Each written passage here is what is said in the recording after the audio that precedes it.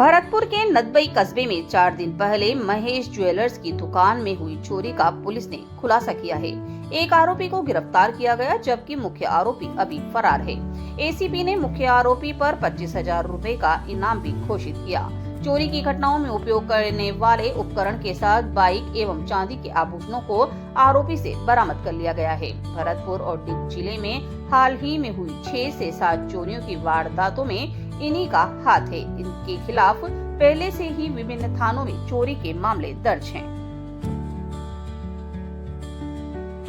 रात में शटर तोड़ के एक अज्ञात बदमाश ने चोर ने नकब लगा करके और अंदर सोने चांदी के जो आभूषण थे उनको चोरी करके ले गए थे। इसमें तत्काल पुलिस ने तत्परता दिखाते हुए फर्स्ट प्रायोरिटी पे इस केस को लिया और जो हमारी विशेष गठित टीम है जो ऑलरेडी मर्डर और लूट के केस का इन्वेस्टिगेशन कर रही है, उसी ने इस घटना को भी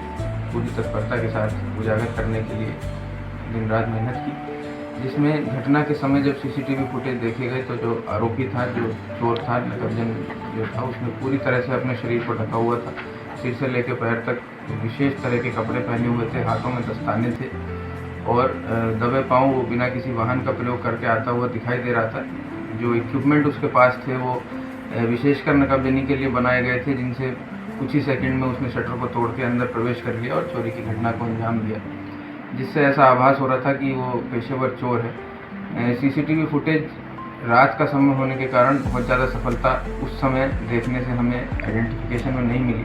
जिस कारण से पूरी टीम ने घटना से पहले कई दिन का सीसीटीवी फुटेज तकरीबन 150 कैमरों में देखा तो ये ज्ञात हुआ कि ये जो चोर है ये मोटरसाइकिल पर आता है, इसके साथ कोई अन्य आरोपी भी है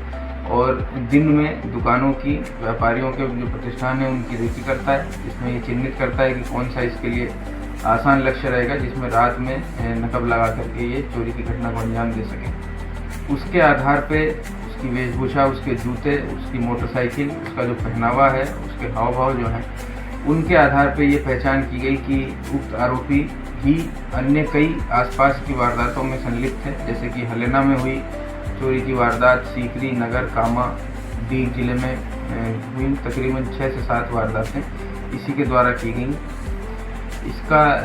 जो आइडेंटिफिकेशन था उसके आधार पर एक मैनहंट पूरी टीम ने चालू किया, जिसमें हमें ये सफलता मिली है और ये जो पूरा मॉड्यूल है ये उजागर हुआ है, जिसमें भगवान सिंह इसका सगा भाई है, जो वो और ये मिल के एक साथ रेकी करते हैं और भगवान सिंह निगरानी करते हुए ये शटर तोड़ के अंदर प्रवेश करता है। उसके बाद जो माल मशरूका है, जो मोटरसाइकिल है और जो नकब लगाने की सामग्री है, वो सब उपलब्ध कराना, उनको संभाल के रखना और छुपाना वो भगवान सिंह की जिम्मेदारी है। भगवान सिंह को पीछा करके गिरफ्तार किया गया है, जो कि 36 साल उम्र है, निवासी बरखेड़ा, जिला डीग का रहने वाला है। और उसी दबिश के दौरान जो दूसरा आरोपी है डालचंद, वो मौके से फरार हुआ, जिसके संबंध में अहम सुराग मिले हैं और इनके पास से जो नकबजनी करने का जो सामान है, जैसे कि नकब, जैक, कटर, प्लायर, ग्राइंडर, ये सब बरामद हुए हैं। चोरी किए गए चांदी के आभूषण बरामद हुए हैं और जो घटना में प्रयोग की गई मोटरसाइकिल थी वह भी बरामद हुई है। इनके द्वारा तकरीबन 7 से 8 चोरियां हाल ही में किया जाना कबूल किया गया है। जो डालचंद जो मुख्य आरोपी है उसके खिलाफ पहले से ही 15 प्रकरण विभिन्न थानों में चोरी के,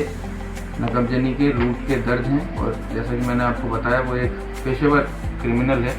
जो बहुत ही सावधानी बरतते हुए घटना को अंजाम देता है, जिस कारण से पुलिस के लिए वो चुनौती बना रहता है और बहुत मुश्किल से पकड़ में आता है। अभी डालचंद को गिरफ्तार करने के हमारे पास अहम सुराग हैं, फिर भी आपके माध्यम से डालचंद पे 25,000 रुपये का इनाम जिला पुलिस अधीक्षक भरतपुर के द्वारा मैं घोषणा करता हूँ, जिससे जल्दी जल्द वो हमारी गिरफ्त में हो और ये पूरा मॉड्यूल उजागर किया। तो अभी नदवी में कुछ चोरियाँ और भी हुई, उनमें कुछ सुराग मिलेंगे कि नदवी में ऐसी चोरियाँ ज्वेलर्स की दुकान हो पाई हैं? जैसे मैंने आपको बताया कि ये एक आदतन मॉड्यूल है और इन्होंने अभी फर्स्ट राउंड ऑफ इंटरोगेशन में ही 7 से 8 वारदातें कबूल की हैं। जो नदवई और आसपास के क्षेत्र में जो भी चोरियां हुई हैं उन सब की फुटेज हम निकाल रहे हैं और उनसे इनका क्या कनेक्शन है उसको इन्वेस्टिगेट कर रहे हैं।